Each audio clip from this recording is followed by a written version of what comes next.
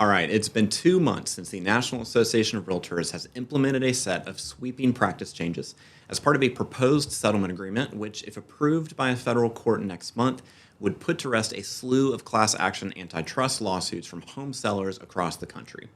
Now, today on Real Estate Backstage, we're going to be talking about the circumstances that led up to the settlement, the terms of the settlement agreement, and how real estate professionals can thrive in a post-settlement world. Now, before we jump in, I think it's worth reiterating that this is still a proposed settlement agreement. NAR entered into this agreement back in March. They proactively implemented these practice changes that we're going to discuss today in August. But it's not until November 26th that the final hearing is scheduled, and that's when we're going to find out whether or not the settlement is going to be approved as is or kicked back for additional adjustments. All right, so how did we get here in the first place? The NAR settlement is really the culmination of years' worth of legal battles that had recently started to work their way through the court systems. Now, essentially, a bunch of home sellers across the country got together and made the claim that the National Association of Realtors, along with a handful of other co-defendants, primarily large franchise brokerages like Keller Williams, Anywhere, which is the parent company of companies like Coldwell Banker, the allegations are that these organizations all colluded to artificially inflate commissions. The argument is that buyer's agent commissions specifically are higher than they would be without the unfair NAR rules, specifically the participation rule, which stated that in order to submit a listing to the MLS, realtors had to offer both cooperation with other brokerages and some type of buyer's agent compensation. Really, the premise that these sellers are arguing is that why should I, as the seller, have to pay for the commission of the buyer's agent? I understand having to pay the commission for the listing agent. After all, I'm hiring them to help sell my house. But why should I, as the seller, have to pay the buyer's agent commission? Because after all, the buyer's agent is advocating against my best interest. Well, it's worth pointing out that sellers never had to pay a buyer's agent. Sellers were always free to interview a multitude of listing agents. They could always choose to hire an agent that was not a part of the National Association of Realtors and thus didn't have to follow these rules in the first place. But the participation rule never specified how much compensation a seller or listing agent had to offer to a buyer's agent. The rule was just some type of compensation had to be offered. It could be $1, could be 1%, 2%, 5%, 12%. There's never a rule about how much. Now, the fact that the majority of listings ended up having somewhere between 2.5% and 3% as being offered to a buyer's agent, that's not necessarily dispositive of collusion. To me, that's just the market forces being at work. So, for example, if you were to go to Walmart, then you go to Target, then you go to Publix, and you look at the cost of something like a gallon of milk, you're probably going to find out that all three of those stores have fairly similar prices for something like a gallon of milk. Now, it's not because these grocers are getting together and colluding to artificially inflate those prices. It's really just the market working. It's based on the supply and demand for that particular product. So I think the fact that buyer's agent commissions have been fairly similar for such a long period of time kind of suggests that those prices are justified based on market conditions, based on the value being provided by a buyer's agent bringing a buyer to a seller with an offer that is acceptable to the seller. So the first of these cases to actually make it to trial was the Sitzer-Burnett case in Missouri. NAR fought, but ultimately they did not prevail, and the jury awarded $1.8 billion of damages. That's billion with a B, $1.8 billion. And in antitrust cases, damages are typically trebled. So that $1.8 billion awarded by the jury was likely to become about $5.4 billion in actual damages when it was all said and done. And Sitzer-Burnett was really just the first domino that was set to fall. There were other larger cases looming on the horizon. So when it was all said and done, NAR could have easily been facing tens and tens of billions of dollars worth of damages. So at first, when they lost the jury trial, they said they were going to appeal. However, they ultimately did decide to settle. And I think settling was the wise decision. I may not agree with everything that's in the settlement, but hey, I wasn't in the room when it was being negotiated. They didn't call me and get my opinion. I don't agree with everything. I think some of the terms of the settlement are fairly silly, but there are things that we can control and there are things that we can't control. All right, so let's take a look at the actual terms of the settlement, and it really breaks down into three primary pillars. The first one is the monetary amount that NAR has agreed to pay, which is $418 million paid out over the course of the next several years.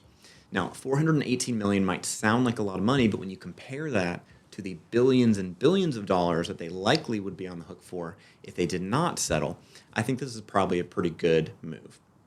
The second pillar is the release of liability. So, in addition to securing a release of liability for the National Association of Realtors, they also secured a release of liability for all of the state and local associations across the country and all of the NAR affiliated MLSs as well. And the brokerages, where the principal broker is a member of NAR, where the company did $2 billion or less worth of sales volume in 2022. All the brokerages that meet that criteria are covered as well. So, for example, Bluefield Realty Group, our company, was actually named in a copycat lawsuit. That case has been stayed until December, awaiting the final outcome of the proposed agreement with NAR, because if that is approved by federal court next month, all of these copycat lawsuits across the country, like the one that we were named in, will go away. So because Bluefield, we did about $400 million or so worth of sales volume in 2022. We were obviously under that $2 billion limit, so we are one of the many brokerages across the country that are covered by the settlement. Larger companies like EXP and Compass, they had to enter into their own settlement agreements with NAR or choose to buy in to the settlement that NAR negotiated at a predetermined rate. And of course, the third and final pillar of the settlement agreement are the practice changes that NAR agreed to implement back in August. And this is the portion of the settlement agreement that really impacts the day-to-day lives of real estate professionals. So in order to go through this, I'm just going to pull up the PDF, the actual proposed settlement agreement. If you want to look at it for yourself, you can go to realestatebackstage.com/episode2, and there you can find the PDF that I pulled from the NAR website. Now, when you're looking at this PDF, there's a whole lot of stuff there that you really don't necessarily need to read through. If you just want to look at the practice changes, which we're about to outline, you can jump to page 27, and it really starts with section H58. So I'm just going to be quoting directly from the settlement agreement and then kind of giving you my input as we go.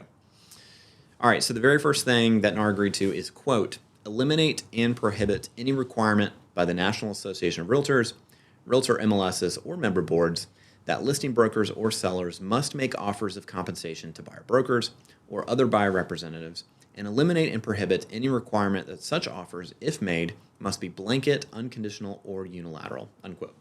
So essentially what this means is at the at the national, state, or local level, there can be no rules made that a seller has to make an offer of buyer agent compensation or that a listing agent or a listing firm has to make an offer of buyer's agent compensation. At the MLS level, they can't require that of their members, and at the brokerage level, we can't require that of our sellers. So if you're at a listing appointment and everything else checks out, but they just don't want to pay a buyer's agent, that cannot be your sole reason for refusing to take the listing. You can't say, in order to list a property with me, you have to be willing to make an offer of compensation to a buyer's agent. Now, you can still make the offers, and if you do make an offer of buyer agent compensation, it does not have to be blanket, unconditional, or unilateral. So that was one of the big benefits of the MLS, is you knew that if you saw an offer of compensation there, that was going to be honored. Now, any offer made has to be negotiated in writing, signed, sealed, delivered by all parties, and you don't necessarily have to make the same offer to every single brokerage. So, for example, theoretically, according to the settlement, you could say, well, if an agent from company ABC brings me a buyer, I'm going to pay them X. If an agent from this other brokerage brings me a buyer, we're only willing to pay them, this other amount. Personally, I think that really opens the door to fair housing issues, discrimination issues. As a good rule of thumb, we should be working with our sellers to come up with an offer of compensation that makes sense based on their situation, just like any other recommendation we might make to a seller, whether we think they should stage the home or offer some type of concession or do some type of repair. The offer of compensation is really part of your overall marketing strategy. And I think it makes sense for that to be an across-the-board offer to any agent at any company who brings you an acceptable offer. Or, of course, you could choose not to make an offer and just let that be negotiated potentially as part of the contract negotiating process.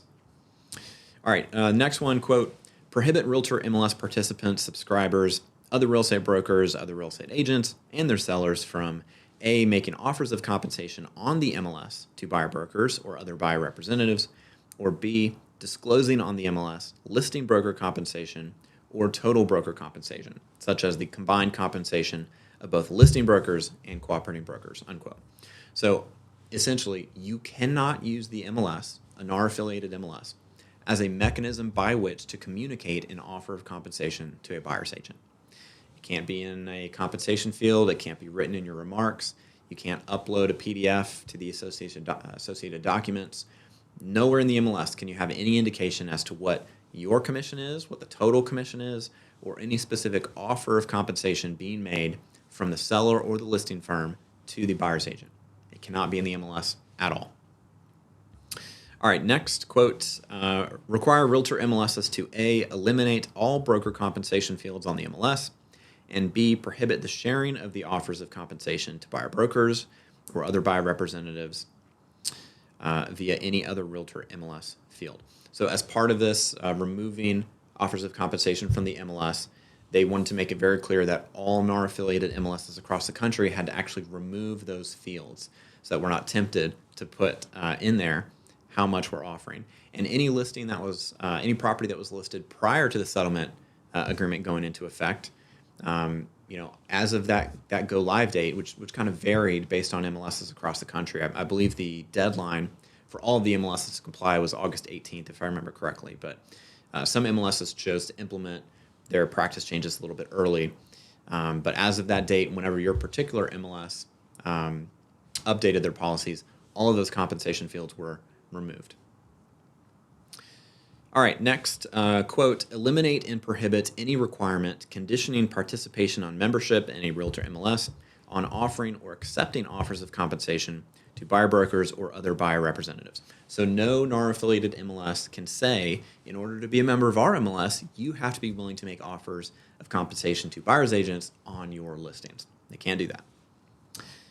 All right, next, quote, agree not to create, facilitate, or support any non-MLS mechanism, including by providing listing information to an internet aggregator's website for such purpose, for listing brokers or sellers to make offers of compensation to buyer brokers or other buyer representatives. However, this provision is not violated by a realtor MLS providing data or data feeds to a realtor MLS participant, or third party, unless the realtor MLS knows those data or data feeds are being used directly or indirectly to establish or maintain a platform for offers of compensation from multiple brokers, i.e. the realtor MLS cannot intentionally circumvent this requirement. Or B, a realtor or realtor MLS participant displaying both data or data feeds from a realtor MLS, and 2, offers of compensation to buyer brokers or other buyer representatives, but only on listings from their own brokerage. Okay, so what does this mean? Essentially, realtors are creative people. They knew that we were going to try to find a loophole. So when they tell us we can't use the MLS to communicate offers of compensation, they knew that we were just going to try to find a workaround. And even before these practice changes went into effect, we started seeing that all over social media. We saw these different companies start to spring up, promising that they are the solution to all of your problems based on the settlement. You can't use the MLS, but you can use our platform or our website or our database. Basically, any non-MLS alternative that tries to recreate that sharing of data from multiple brokerages where you have listings tied to offers of compensation, you can't do that. So if anyone tries to get you to sign up to one of these third parties where you input your listing and you input your offer of compensation, if it's aggregating data from multiple companies, that is a violation of the settlement. Now, if your particular brokerage wants to create a database for internal use where all of your agents can see your company listings and how much is being offered, that's totally fine. But what we can't do is aggregate our data with that data from other brokerages so that there's one central place where an agent can log in and see listings from more than one company and what their offers of compensation are. That is a violation of the settlement. So don't get sucked into that temptation. All right, next quote, unless inconsistent with state or federal law or regulation before or during the operation of this paragraph 58.6 of the settlement agreement, require that all realtor MLS participants working with a buyer enter into a written agreement before the buyer tours any home with the following. And then there's a handful of things. But first I want to unpack that a little bit. So I'm going to read that again. All realtor MLS participants working with a buyer must enter into a written agreement before the buyer tours any home, and then with the following items. So what does it mean to be working with a buyer? Well, you have to be working with that buyer to help them find a house. NAR has since come out and clarified that this does not apply, for example, to open houses. when you're conducting an open house at one of your listings or listing of another agent in your office, it is understood that you are working with the seller. You are conducting that open house on behalf of the seller. So if a potential buyer happens to walk into your open house to tour the home, you are not working with that buyer. Maybe you end up working with them eventually, but in that moment, during the open house, you are not working with that buyer. So you do not have to enter into a written agreement in order for someone to walk into your open house. However, if you start talking with that buyer and then they decide they want to go look at the house down the street that's also for sale and they want you to show them that house, now you would need to enter into a written agreement, because at that point it would be considered you would be working with that buyer if you met them at the open house and then you started showing them other properties. Now, it says before touring any home. So obviously this does not apply to land. You can go meet a buyer out at property and walk the land with them because it's not a home. The settlement agreement specifically says the written agreement is required before touring any homes. Now, NAR has clarified that this applies also to live virtual tours.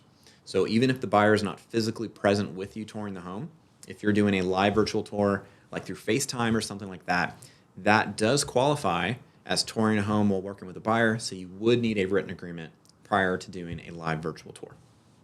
All right, and then we've got a couple subsections here. So these things are what must be contained in that written agreement that you have before touring any homes while working with a buyer. So the first thing, to the extent, quote, to the extent that such a realtor or participant will receive compensation from any source, the agreement must specify and conspicuously disclose the amount or rate of compensation it will receive or how this amount will be determined.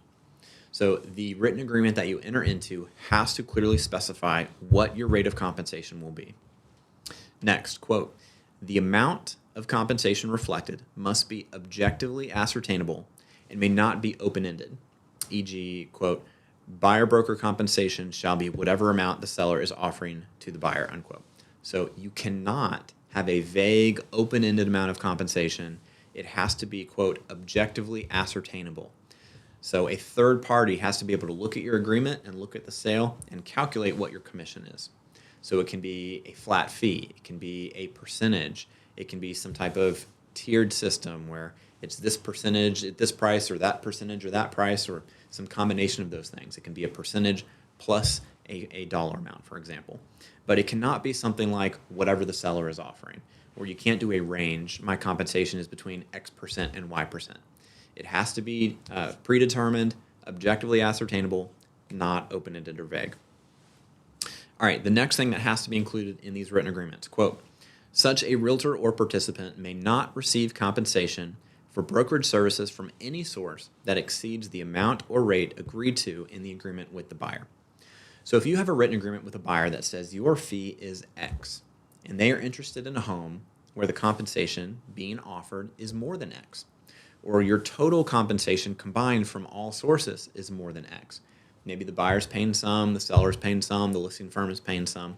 If the total amount of compensation that you are going to receive in that transaction is more than the amount that was stipulated in your written agreement with that buyer, you cannot earn that surplus compensation. It says very clearly here in the settlement, a realtor may not receive compensation for brokerage services from any source that exceeds the amount or rate agreed to in the agreement with the buyer. So here's the thing about agreements. They can always be amended. So if you have a written agreement with a buyer that says your fee is X, and then they're interested in a property where more than that is being offered, the only way for you to earn more than what you originally agreed to is to go back and amend your written agreement with that buyer. In other words, you need their informed consent. So at our brokerage here at Bluefield Realty Group, we worked with an attorney to create a form specifically for this purpose, where we get the buyer's informed consent, and on a property-specific basis, we have them sign an addendum to the prior written agreement that they entered into with us, allowing us to earn that additional compensation. All right, next up, quote, prohibit realtors and realtor MLS participants from representing to a client or customer that their brokerage services are free or available at no cost to their clients, unless they will actually receive no financial compensation from any source for those services. So as a realtor, when you're working with a buyer, you cannot say it doesn't cost you anything to have a buyer's agent. You can't say, I don't charge my buyers anything. unless you are actually working for free and you're not getting any money from any source. Now, this actually has been part of the NAR Code of Ethics for several years now. Back in 2019, when NAR entered into a settlement with the DOJ, this was one of the things they agreed to as part of that 2019 settlement, is that they would update the Code of Ethics and prohibit realtors from making claims that their buyer brokered services were available at no cost. But now that's also enshrined here in this settlement as well. All right, next, quote, require realtors and realtor MLS participants acting for sellers to conspicuously disclose to sellers and obtain seller approval for any payment or offer of payment that the listing broker or seller will make to another broker, agent, or other representative acting for buyers, and such disclosure must be in writing, provided in advance of any payment or agreement to pay to another broker acting for buyers, and specify the amount or rate of any such payments.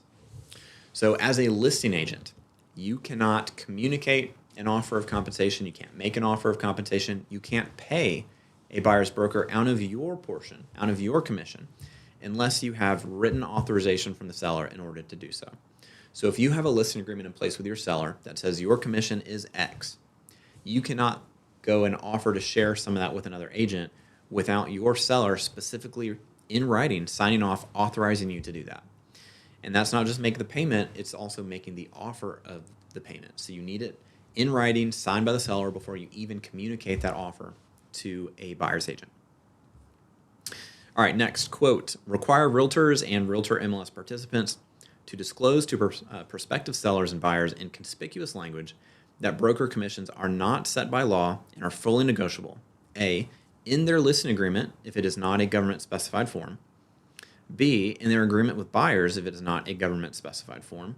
And C, in pre-closing disclosure documents if there are any and they're not government specified forms. In the event that the listing agreement, buyer representation agreement, or pre-closing disclosure documents are a government form, the realtor and realtor MLS participants must include a disclosure with conspicuous language expressly stating that broker commissions are not set by law and are fully negotiable.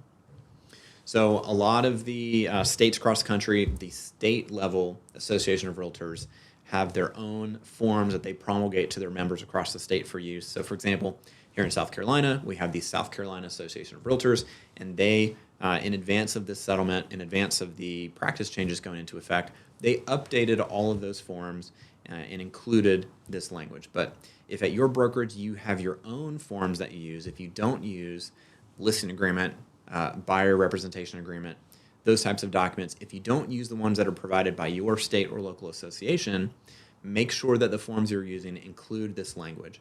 So if you're at a smaller, maybe boutique firm and your broker has his or her own set of documents that they've created, hopefully with the help of an attorney, you just want to take a look at those and make sure that they include these disclaimers. All right, next, quote, require that realtors and realtor MLS participants and subscribers must not filter out or restrict MLS listings communicated to their customers or clients based on the existence or level of compensation offered to the buyer broker or other buyer representative assisting the buyer. So let's say you're working with a buyer and they give you their criteria. They're looking for a 3-bed, 2-bath home under $400,000 in this zip code. You know what they're looking for. And you go in the MLS and you find, let's say, 5 properties that meet their criteria. You need to send all 5 of those properties to that potential buyer. What you can't do is reach out to those listing agents in advance, find out how much compensation is being offered to a buyer's agent, if any, and then based on that information, choose which listings to send to the buyer. Now, you can still call those agents and have that conversation because that is valuable information that your buyer should know, but you should send them all 5 listings that meet their criteria and then explain to them, hey, these 3 here are offering X, this one here is offering Y, this one here is not offering anything to a buyer's agent. And then the buyer has all the information they need to make an informed decision about which of those listings they're still interested in, which ones they want to go see. So you can give them that information and they can decide which properties they want to see based on that. But what you cannot do as the buyer's agent is choose which properties to bring to their attention based on whether buyer agent compensation is being offered or how much is being offered. All right, so I want to draw your attention very specifically towards the bottom of page 30 of the settlement agreement, item 58.3. 13, which says, quote, "The practice changes in paragraph 58 of the settlement agreement shall not prevent offers of compensation to buyer brokers or other buyer representatives off the multiple listing service, or sellers from offering buyer concessions on a realtor MLS, such as for buyer closing costs, so long as those concessions are not limited to or conditioned on the retention of or payment to a cooperating broker, buyer broker, or other buyer representative." So essentially what that means is there is no restriction against sellers or listing agents making offers of compensation to buyers agents on their listings. You can do it as long as it's not done on the MLS. And there's nothing that says that you can't offer a concession on the MLS, as long as that concession is not tied to the requirement of using a buyer's agent, or that the concession has to be used to pay a buyer's agent. Now, this is what the settlement says, but keep in mind that the various MLSs across the country, they can always choose to be more restrictive than the settlement agreement. At the NAR level, at the national level, there's nothing wrong with making an offer of compensation as long as it's done off the MLS, and there's nothing wrong with making an offer of a concession in the MLS. However, like I said, MLSs across the country can choose to be more restrictive. So, for example, the Greenville MLS here in South Carolina has gotten very, very strict about this, and they are not allowing us to include offers of concessions in the MLS. The Spartanburg MLS in my area, they've gotten pretty strict as well. They're using software to pick up on certain red flag words. So, for example, we can't use the word offer anywhere in our listing, even if we're saying, for example, that the large trees in the backyard offer plenty of shade. They pick up the word offer and they say, oh, can't use that because that could be construed as an offer of compensation. So even though this is what the settlement agreement says at the NAR level, your state or local association or MLS could choose to be more restrictive. So if you happen to operate in multiple different MLSs, you need to make sure you understand the rules of each one. I'm a member of like 13 or 14 different MLSs, so it can be kind of tricky to keep up with all the various rules. So as a buyer's agent trying to navigate this post-settlement real estate world, the number one thing you need to focus on is being able to clearly articulate the value that you provide to your clients. What are the actual services that you provide as a buyer's agent, and what do you charge for those services? You also need to be able to clearly explain to your buyer clients the various different ways that your compensation can be structured. So, for example, the way that I explain it to our agents here at Bluefield is there are multiple different ways to get to a particular destination. I'm sitting here in our Greenville office right now. If I was going to drive to our Spartanburg office, which is about 30 minutes away, if I were to plug the address in the GPS, it's probably going to give me 2 or 3 different ways to get there. I could take the interstate, I could take the back road, I could go this way or that way. There are multiple different ways to get to the same destination. Maybe certain ways are easier than others. You know, for example, maybe your first option is you try to get a compensation agreement signed by the seller or the listing agent before you submit the offer. But if that doesn't work, you can always negotiate, include your compensation as a term of the offer, and go from there. All right, y'all, that's a wrap for the show today. I'll see you back here next time for another behind-the-scenes look at the real estate industry here on Real Estate Backstage.